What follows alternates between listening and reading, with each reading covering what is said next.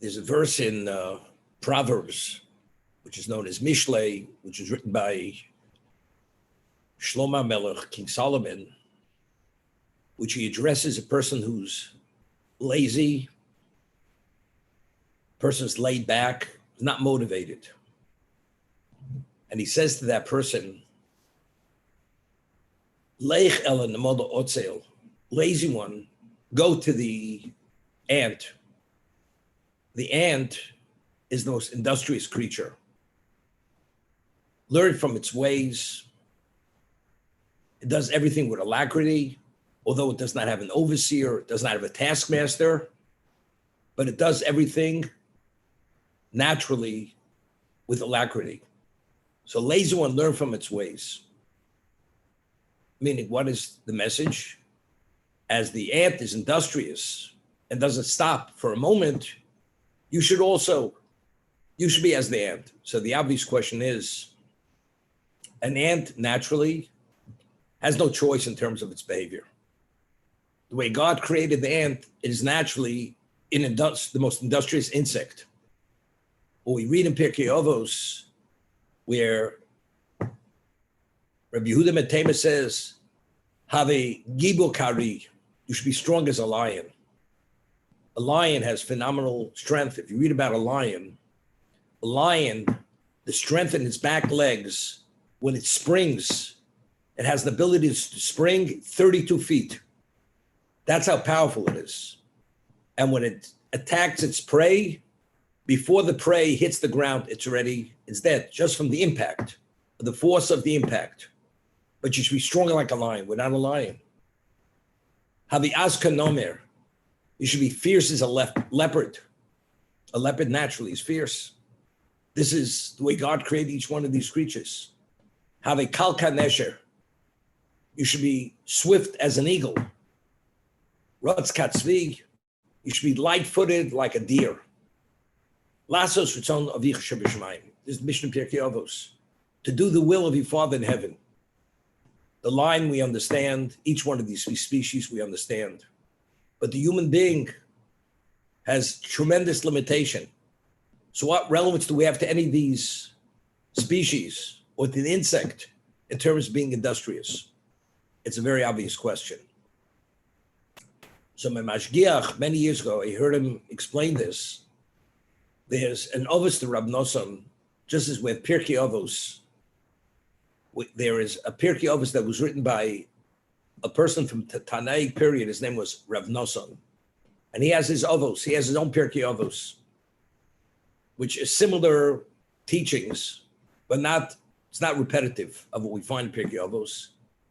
And he writes over there that a human being is an olam katan. A human being is a microcosm of all existence, meaning that anything that you find in existence is contained within the human being. When God created human being, every characteristic, positive and negative, that exists within existence, exists within the human being. As a result of that, he explained that if there is a lion that has power, and the leopard has fierceness, and the eagle that has swiftness, and the deer which is light-footed, and the ant which is industrious, each one of these creatures, if that exists within existence, the human being has an element of that characteristic. We only have to develop it. We have to draw on it. We have to hone it. But each one of us, because a human being is an olam katan, means a small world, we're a microcosm of existence. If we go and we focus on this, we're able to actually extract it and develop it. So it's not being something we have no relevance to. Everybody has relevance, and it's within the parameters of our choices. You want to be lazy, you can be lazy. You want to take advantage of this embedded characteristic in us, which is called fierceness or power or alacrity or whatever it may be, swiftness, we have it. That all falls within the context of choice, free choice. It's all dependent upon our initiative. We take the initiative, we're able to develop this. This is the understanding of the Ovos to Reb Nosson. Okay? Yesterday, I was reading the commentary of Rav Chaim Volozhiner, who was the primary student of the Vilna Gaon, he has a commentary on Pirkei Avos. So he says something phenomenal at the beginning of the 5th chapter.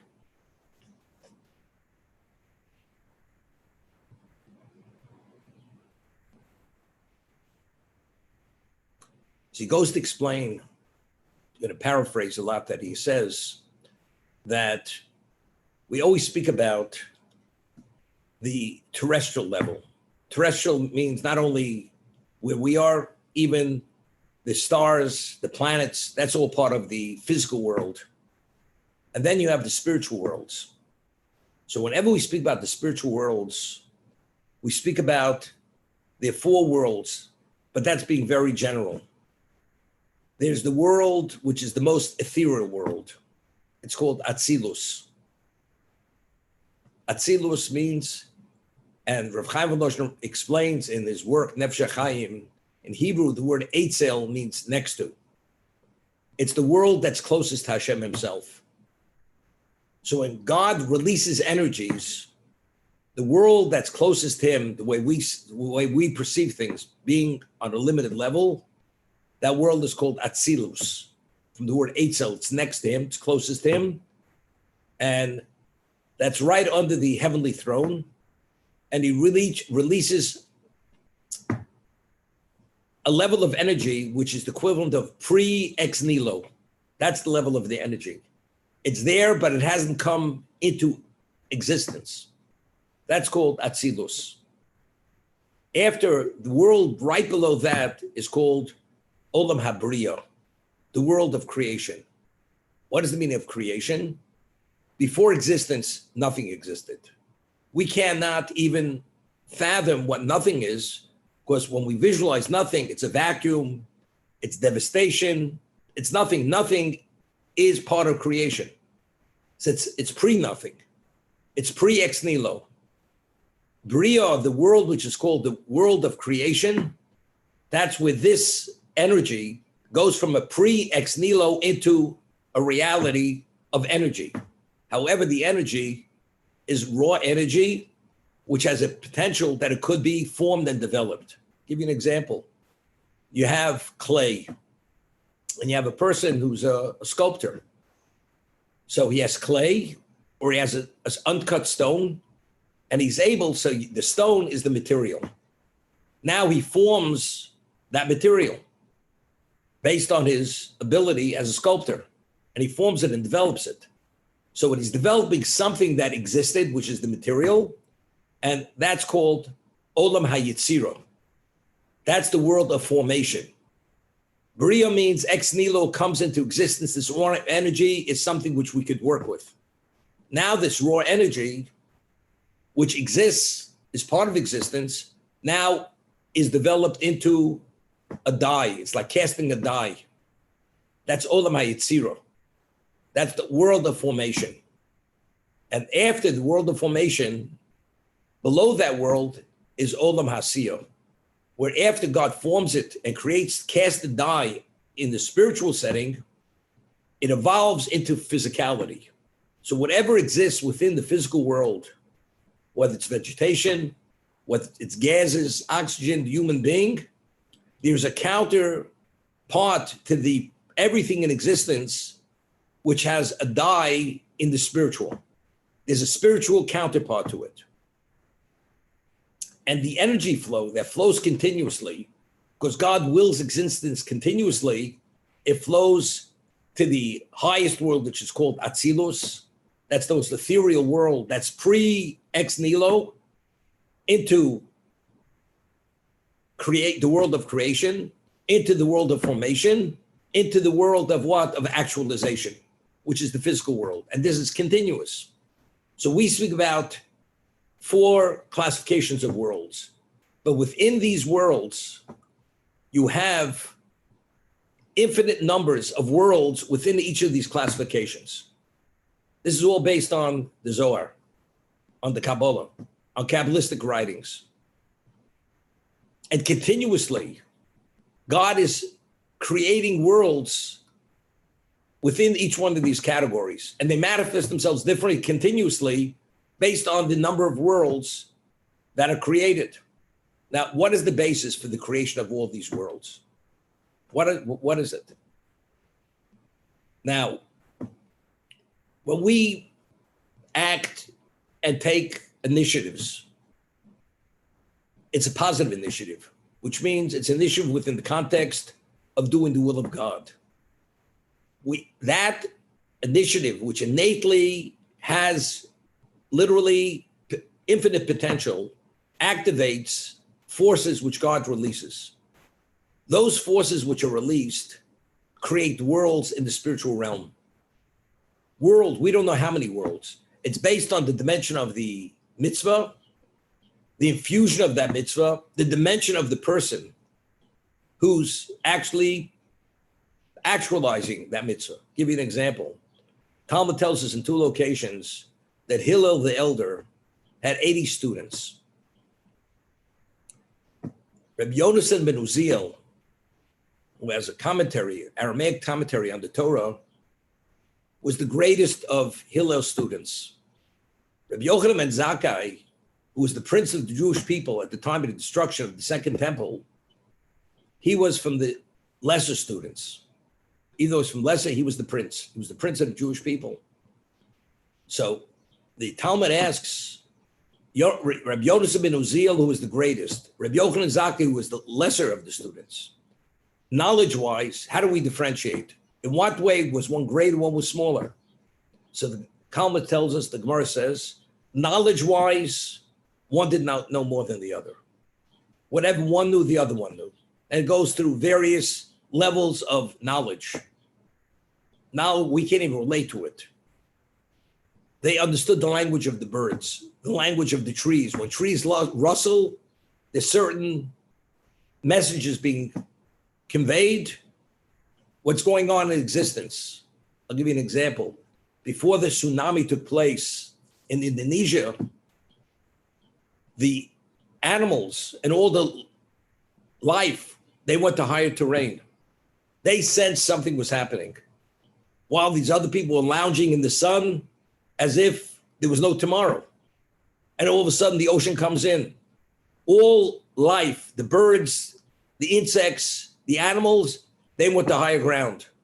They were out of harm's reach. They were out of it. How did they know? Because they're able to sense something going on in existence. They have certain antennas which human being does not have. Many of these energies or these messages are conveyed through even the rustling of the leaves of the tree. They understood that language. They understood the language of birds. When birds chirp, also, the chirpings are based on things that are going on in existence. So the Gemara says, one knew, the other one knew. So if that's the case, why was one greater and the other one was lesser? So the Gemara tells us, the Talmud says, when Rabbi Yonasan ben Uziel would study Torah, if birds would fly over his head, they would be consumed by fire. That was the level of holiness he generated when he studied. Rabbi Yochanan ben Zakkai, when he studied that same Torah with the same intensity and the same level of commitment, when the birds flew over his head, they were not burnt. They didn't burn. They were not consumed by fire. So what's the difference between them? Knowledge-wise, they have the same degree of knowledge. Infusion-wise, they have the same level of contribution. So why one, when he studies the Torah, the birds of burnt over that fly over his head, and Rabbi Yochanan ben Zakkai not? So the Ramchal explains in one location, there are no two souls that are the same. The different souls have different dimensions. Different dimensions. I'll give you an example. You have a shot put thrower. One person being physically stronger, when he throws that shot put, he could throw it 100 yards. Another person spins the same way because he doesn't have the same degree of strength. It doesn't go as far. When he goes in that circular motion and releases it, it doesn't go as far. But the stronger one, when he releases it, it goes a lot further. because the dimension of Rabbi Yonasan ben Uziel's soul was a different dimension of soul, a greater dimension of soul than Rabbi Yochanan ben Zakkai. We're not discussing now what determines why one has a greater soul, one has a lesser soul. But because Rabbi Yonasan ben Uziel's soul was a different dimensional soul, therefore when he invested and he developed that mega soul of his, by doing the various mitzvahs, studying the Torah, it generated an energy which was greater than the energy that was generated by Rabbi Yochanan ben Zakkai. Therefore, as a result of that, when Rabbi Yonasan ben Uziel studied Torah, the burdens were burnt over his head. Rabbi Yochanan ben Zakkai not generated the same level of energy, but it has nothing to do with who he is. He's the same tzaddik, no less of a tzaddik, but it's a different reality, a new level of ramification, a lesser ramification. He doesn't generate the same. But factually speaking, those energies which are released create worlds in the spiritual realm, endless in the thousands and tens of, we can't even relate. And we read in Pirkei Avos that one does a mitzvah. Every mitzvah we do, we create an angel. And that angel is called an advocate. That's an advocate on behalf of the person. And God forbid, when you sin, you create a prosecuting angel. Because everything we do, positive or negative, has a result, a consequence, whether it's a positive consequence, a negative consequence. That's the understanding of this. So therefore, we are on the terrestrial level. We're in the world of where everything has turned into physicality. This terrestrial level, what's its purpose? This is the playing field. Man is endowed with a soul that when we take a positive initiative, we activate an energy. When we activate that energy touches the highest echelons of spirituality. And as a result of it, God releases energies based on the innate quality, spiritual quality of the investment of that action. Was it done in a complete form? Was it done fully focused? Was it done with reverence? Was it done with love? And the person who did it, what was his dimension of being?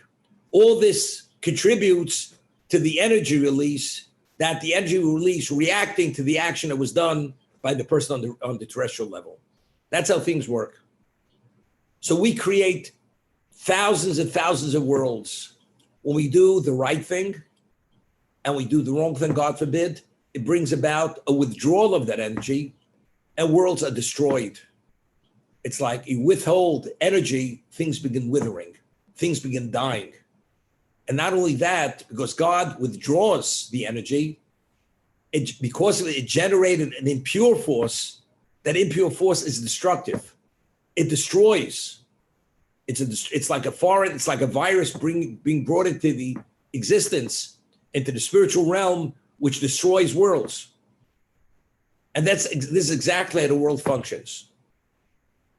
So this is Rav Chaim Volozhiner cites the Zohar.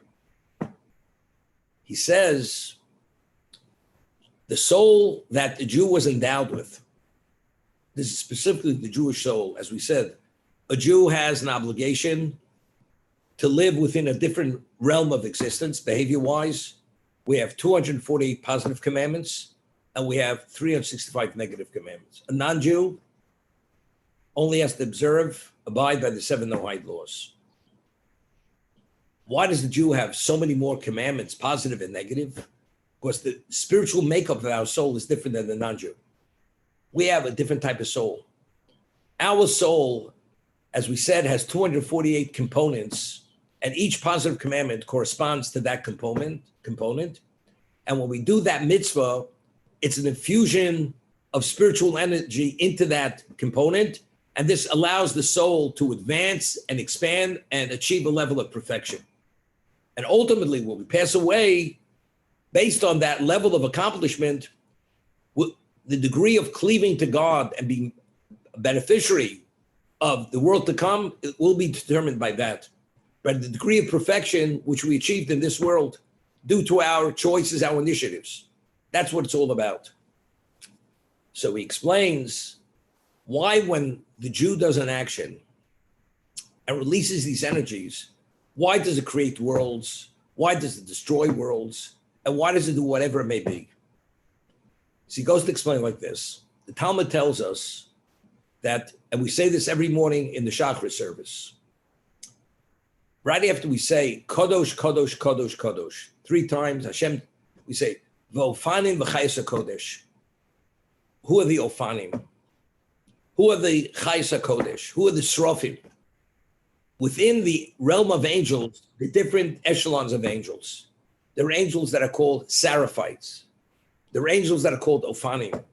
There are angels that are called Chayos HaKodesh. That's the highest echelon of angels. And there's worlds above these angels. That's what it's all about. When God created the soul, which is the Jewish soul, which originally was the soul of Adam pre-sin, that's the nature of that soul. The soul contains everything in existence. On the terrestrial, on the celestial, on the spiritual realm, that means the power of the greatest angel is contained within the soul of the Jew. Meaning, whatever we do, we touch upon every level of angel. We touch upon every echelon of existence. Because everything in the worlds that exist are determined by the soul of the Jew. I'll give you an example. You have a power station, and you have endless things connected to that power station. When that power station is functioning, whatever's connected to that source of energy, those things function. And they function based on the degree of energy which is released from the power station. What happens if you shut down that power station? Everything goes dark. Everything ceases to function. And if you have a brownout, not a blackout, it functions at a lesser degree. And what happens if the equipment is not working for an extended period of time? Sometimes there's damage to the various entities which normally have the energy which allows them to function to their fullest capacity. The Jewish soul is the energy station which energizes every angel, every world, every existence, every echelon of existence. Everything revolves around the Jew. That is the soul of the Jew. Because why was existence created? The first verse in the Torah. Bereshis bara Elokim. The world was created for the sake of Torah and for the sake of the Jew, Jewish people. Because they're, the appellation for both are called Bereshis, the chosen, the choicest and the chosen. And everything in existence that was created to be the context of challenge and initiative for the Jew to take. Otherwise, it wouldn't exist. So everything that exists, the angels, the terrestrial, the celestial, wherever it is, it's all because it reflects the action of the Jew, whether it goes positive or goes negative. Because the soul is hooked up to every level. And the moment the soul ceases to be, everything shuts down. Where do we find something? This is already explicit in the Talmud. The Jews at Sinai, God took Mount Sinai and put it over our heads. And he gave us an ultimatum. And he says, either you accept my Torah or the world will revert back to pre-existence. Why? Why? Pre-existence means pre-ex nihilo. Pre-existence. Why? Because why did God create this world? Every echelon of this world, the greatest angels, the depths of the sea, the species, everything that exists somehow is connected to the purpose of the Jewish people, which is the Torah itself. Because the Jewish people only function within the context, that's the playing field. The world was designed to be the playing field which corresponds to every aspect of Torah. If it doesn't, God wouldn't have created it. As a result of that, the Jew is the power station, and that's what God says. If you accept the Torah, the world continues. You choose to reject it, you're not interested, the world will revert back to pre-existence. Because the world only exists for one reason. For that reason, that there should be challenges. You accept to be in the context of challenge, then the world continues. If not, it reverts pre-existence. Why? Because only the soul of the Jew, which is a composite of everything that exists anywhere, is connected to that.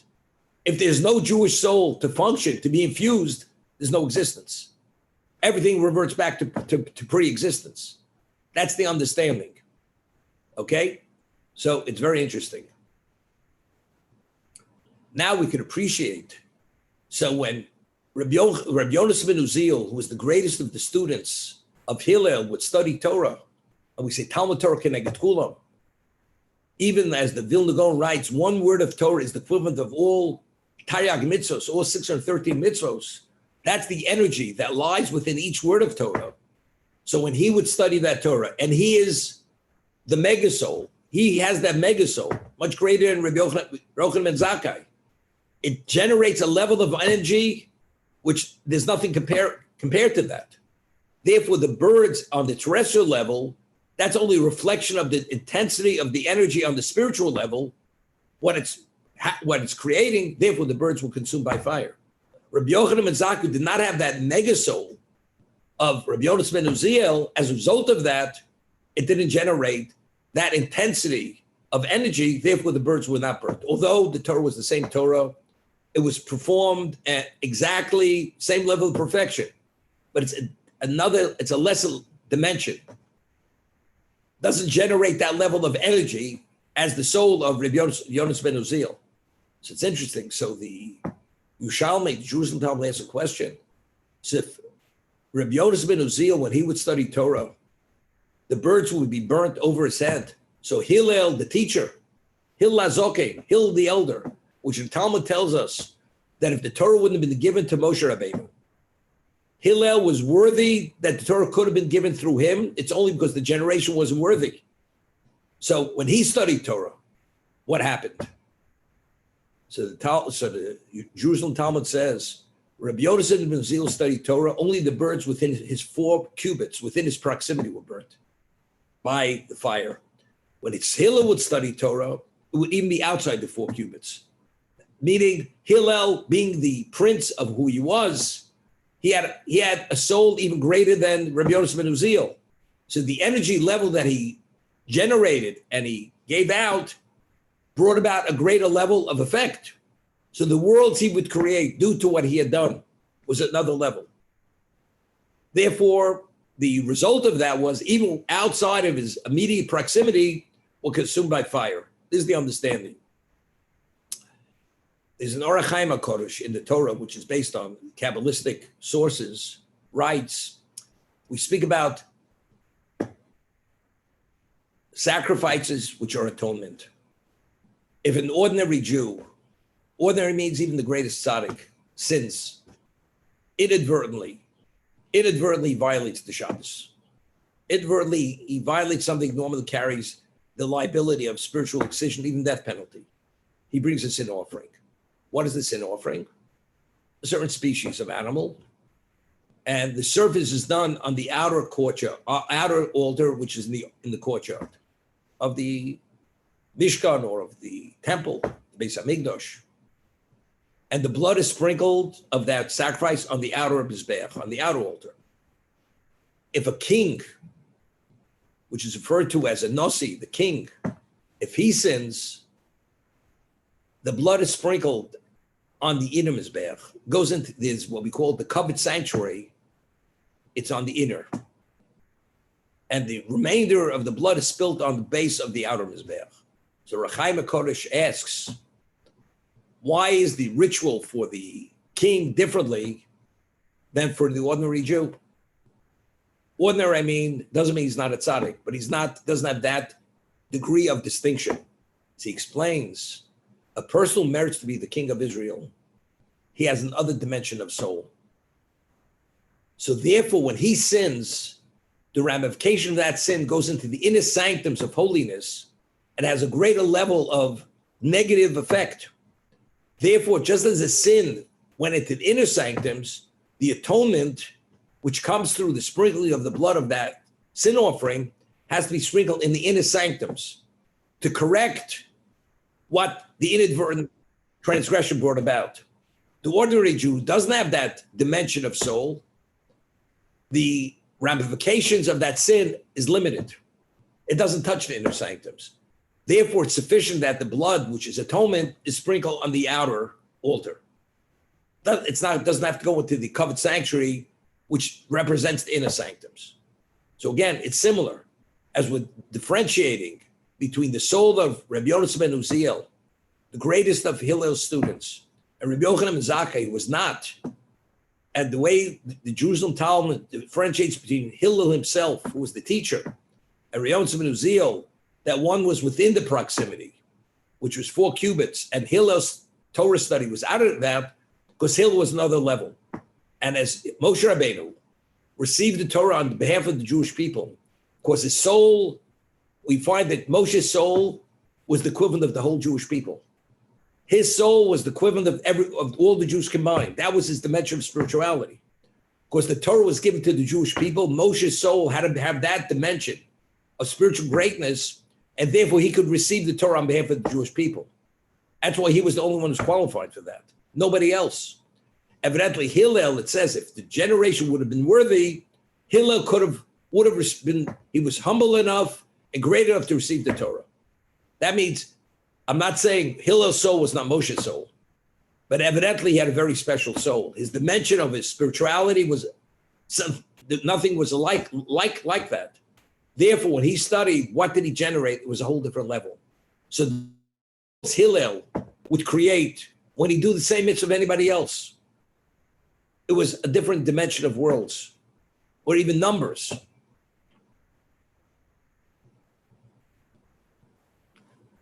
So when we speak about you do a mitzvah, any one of us, every Jewish soul is connected to every world because the Jew himself is the power station that powers everything that exists from the highest echelon to the lowest echelon. The greatest angel to the interim level of angels, to the lesser angel. They're all hooked up to our souls. So this is interesting. So when the Jew sins, the ramifications of that introduces an impurity to the highest level. What about a non-Jew? We find that Nebuchadnezzar, who was the Babylonian emperor, destroyed the first temple. Titus was the Roman emperor. He destroyed the second temple. What did he do, this man? Titus was a Roman. He went and he destroyed the temple with a level of disgrace. He took a prostitute and he took it into the Holy of Holies, and he took the curtain that separated between the Holy of Holies and the Holy, used that as the covering of the floor. And he actually penetrated her in the Holy of Holies. This is what he did to Titus. The act, that level of disgrace, what we would call Chil Hashem, disgrace God's name at the most extreme level. What was the ramification of that? So Chaim Volozhin said, had no ramification. It only affected him personally. It was his personal liability. Why? Because the non-Jewish soul is not the power station for all existence.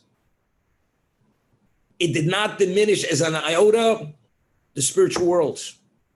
The reason why he was able to do that was because the Jews failed spiritually speaking, and this temple was only a manifestation of our, what we generate. And therefore, the Talmud tells us that when they prided themselves that they destroyed God's temple. So the words of the Talmud is, he took ground flour and reground the same ground flour. It was just a mirage. The temple basically was destroyed. The temple is more just than stones and bricks and wood. It's much more than that. It has that spiritual counterpart, which makes it indestructible. However, if the spiritual counterpart is not associated with that physical entity, it's no different than any other physical entity. So it's like taking flour that's ground and regrinding the same flour. Therefore, it's nothing. His action was limited to himself. But when the Jew sins, what does he do? He introduces this virus, which is called the impure energy, which is a consequence of a sin, because he is the power station, together with all the Jews. We're all the power station of all existence. From the terrestrial level to the highest level, we affect and impact every level of existence. So we cause the world to rise and to fall. It's not the non-Jew. The non-Jew having the ability to do what he does, that's only a consequence of the Jew's behavior. Whether we behave properly, qualitatively, or with totally failing and lagging. That's what it's all about. What I'm telling you right now is Rechaim Velosh. He says something interesting. Titus took that prostitute into the Holy of Holies. Now, we read in the third paragraph of the Shema, Lo sesura achrei levavchem. You're not permitted to go after your hearts. And the Talmud says, what is this? Now, the heart is the center of the human being. The heart is the feeling, the emotion. Everything is the heart. We infuse everything with the heart, the feeling of the heart. What happens if you bring an impure thought into the heart? And the soul is attached to that. As we say, everything corresponds to the soul. When you have that thought of heresy, that heretical thought, you're introducing something which affects everything from the lowest level to the highest level. Then it says, Vachrei nechem. Person has a lewd thought, an inappropriate thought. Thinks about certain sexual misbehavior. That's what his mind is occupied with. When the faculty of the mind was created to either generate the ultimate, to be involved in Torah thought, or in even material, which is to facilitate the world in a positive sense, but not something that represents something which is on the negative side of the equation. So when you take that mind and you have those inappropriate thoughts, he says it's worse than Titus taking the prostitute into the Holy of Holies, because that's the location of the soul. That's what it is. So you say it's a thought. But he says, of course, if a person does tshuva, what is repentance? Repentance is remorse. What's remorse? Remorse is feeling. Person says, well, I'm sorry, and he has no remorse whatsoever. Just lip service. It means nothing. But if a person truly feels remorseful, he regrets it, and he's even pained, and he's ashamed, that is the correction, and corrects all that the damage as if it never happened. Not only that, it's even more advanced. That generates even more positive energy. This is what it's all about. But this is all only the Jew, has no relevance to the non-Jew. The non-Jew's misbehavior relates only to himself.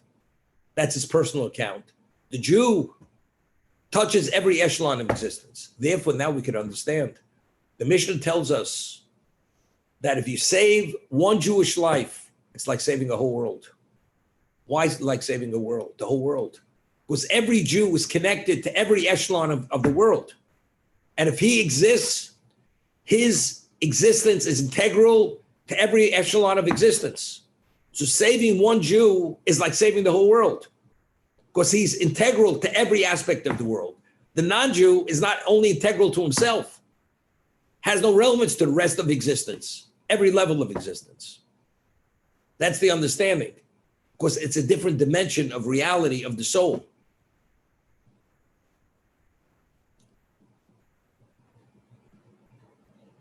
So when we speak about what I want to say based on Rav Chaim Volozhiner, when the officer Reb Nosson says, a human being, a Jew, is Olam Katan, he's a microcosm of existence.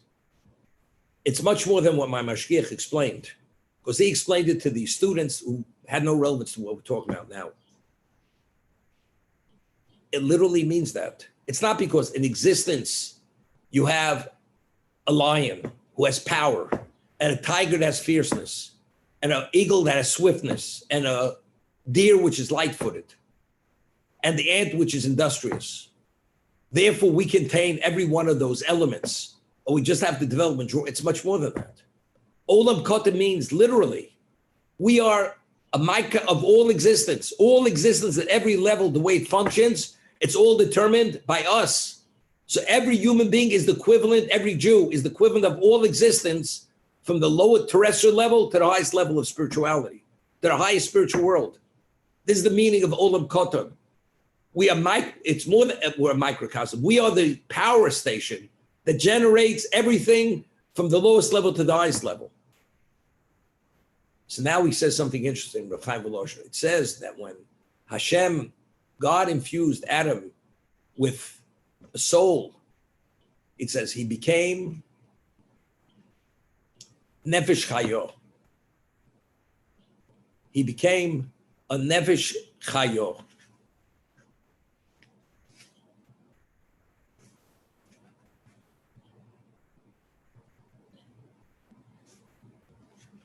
He says,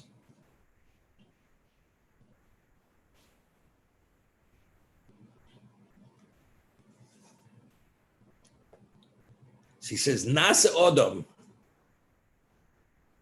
So he explains, when God spoke to his heavenly retinue of angels, says, Nasa Odom, let us make man. What does that mean? Nasa, we will make man. That means what will be contained in man, we all contribute to what he is.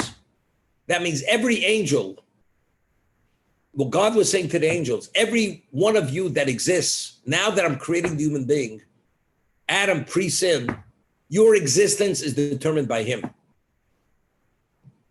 We're all contributing, even though God's the creator. But he was telling them, whatever they are, it's contained within Adam. And therefore his behavior will determine how the world functions. As a result of that, we could appreciate it. When Adam ate of the tree of knowledge, which he was told not to, because it was good and evil, when that evil was integrated in his being, what happened to the world? Before that, the world was meant to be eternal. God was meant to exist on the terrestrial level together with the human being. Once he putrefied existence, he became subject to death. Before he radiated, where the angels had mistaken his radiance for God's radiance. Once he ate of that tree of knowledge, it was extinguished, relatively speaking. What happened? That's exactly what happened. Because when that soul was the mega soul at that special level, untainted by evil, it generated a power which was nothing compared to that power, which its radiance was similar to God's radiance. The moment he introduced that evil, it's like introducing a virus into the system, everything started to malfunction relative to what it was meant to be. Therefore, he no longer radiated. And since every echelon of existence, physical and spiritual, is connected to his soul, he took down all existence from the highest level to the lowest level. That's the reason why that was the consequence of Adam's ingesting that tree of knowledge. All mankind, all existence. And that's why the world became finite. As he became finite, the world became finite. Before he ate the tree of knowledge, the world was supposed to be eternal. Once he ate that, because everything is directly connected to him, the power station now functions at a lesser level. All existence functions at that lesser level. Because of the deficiency in the mechanism, which is called Adam's soul. Because he allowed that evil to be introduced into his entity, which is called his soul.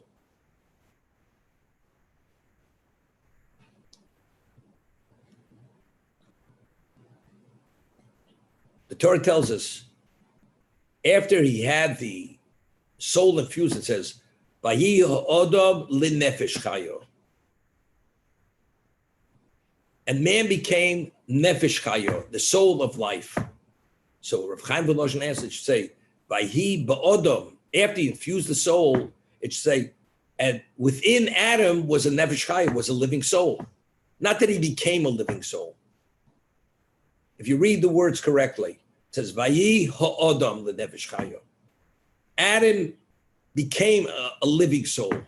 It should say, now that he was infused, vayi ba'odom, now within man was a living soul. He says, no. Meaning he is the equivalent of all existence. He is the soul of existence. He is the microcosm of everything. He's the power station of everything. So he became, it's not with him. It's his behavior now determines what exists and what doesn't exist. And this really touches upon, just to bring it to fully grasp it. I mentioned in the past at one time, the Talmud tells us in Avodah Zarah that at the end of time, which is not too far with God's help from where we're today, God will sit with the Sefer Torah in his lap, Kavayochel. Kavayochel means the way we visualize, the way a prophet sees a vision. He will sit with a Sefer Torah in his lap, and he will announce to the world, to all the nations of the world, all the archangels that represent all the 70 root nations, whoever has a share in the Torah itself should come and take his rightful reward. That's what God will announce to the world. So who do you think comes? The first archangel. Rome, the Romans come. We contributed tremendously for the Torah, that the Jews should be able to study Torah. So God says, what did you contribute? She says, we built boulevards. We built bathhouses. We accumulated wealth of one of a kind. We did all this only so the Jews should study Torah. That's what they say, God. This is at the moment of truth. I'm not talking about the United Nations. I'm not talking about this world. This is the moment they understand they're talking to God. We did this all so the Jews should study Torah. So God says, you did this for yourselves. You built these boulevards so the prostitutes should be able to stroll. You built the bathhouses to ingratiate yourself, whatever it is. You amassed wealth only for your own glory. It had nothing to do with the Jews. You did it for yourselves. And they walked out like beaten dogs. Next one to come in. The Persians. What did you do? Persians were known to be great architects. We built water aqueducts. We built these great structures. We did all this only so the Jewish people should study Torah. So God says again, is that why you did it? You did it for yourselves, has nothing to do. And one nation after another presents its case, why they have a right. God says, you have no relevance to that. So the Brisker Rav asks a question. If we're talking about now at a moment of truth, I mean, how could they lie? So he explains, because only at the end of time will it become known that anything that exists in existence is only for the sake that the world was created for the sake of Torah, and for the sake of the Jewish people. That means every energy that's generated, it's only generated, who's the power station? It's the Jewish soul. What energizes? And what's the infusion for that soul? The Torah. Otherwise, it malfunctions. So then they will realize the only reason why they can build the bathhouses and the boulevards and amass the wealth and have the victories, because somehow at some level, it has relevance to the Jewish people. So if that's the case, we're all contributors. So if we're all contributors, we have a right to reward, God says, but that's not what determines whether you're worthy of reward. Reward, what was your intention? Your intentions was for yourselves, had nothing to do with the Torah. Therefore, you get nothing. And therefore, they left with the tails between their legs, like beaten dogs. They walked out. But it's all what we're talking about now. Because what is the power station? When God created the Jewish soul, when the Jew sins, either he advances the world, takes the world down. When Titus had cohabited with the prostitute in the Holy of Holies, what did he affect? He affected nothing.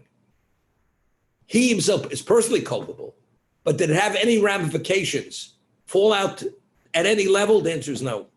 But when the Jew, even in private, whatever he does, there are consequences. Not only is he personally diminished, because every Jew is part of the network, which is called the Jewish people, which we generate all those energies to create worlds. As we create the worlds, we destroy worlds. Because it's like the power station is malfunctioning. One component has to be replaced or has to be corrected. The correction's tshuva. But if you don't do the tshuva, it's a malfunctioning component. Therefore, everything starts waning and it's no longer at that level of intensity. All this we're speaking this morning is to give us an appreciation when a Jewish soul in the morning says the Shema, and you accept the yoke of dominion of Hashem, and you declare your belief You are the king, I am the subject. I am subject to your will. You know what kind of fusion of energy that is? The purpose of existence is for God's glory. So the Jew, which is the power station, that everything we do, the ramifications which emanate from us, from our souls, creates mega energy. And if the purpose of existence is God's glory, and a Jew says the Shema, which we didn't yet discussed all the various elements of those words, what does it do? It's an infusion. We can't even relate to what that is. It empowers the worlds. We can't even imagine how many worlds we create and the quality of those worlds. And based on the degree of submission, when we say the Shema, in negation, and we'll discuss what you have to have in mind, that you're even willing to die to sanctify God's name, regardless of the pain and the suffering, but it's all for God. What it does, we can't relate to it. But so just to give us an appreciation, don't underestimate the value of saying the Shema, which even the first verse, according to some of the commentators, one fulfills his Torah obligation of the Shema.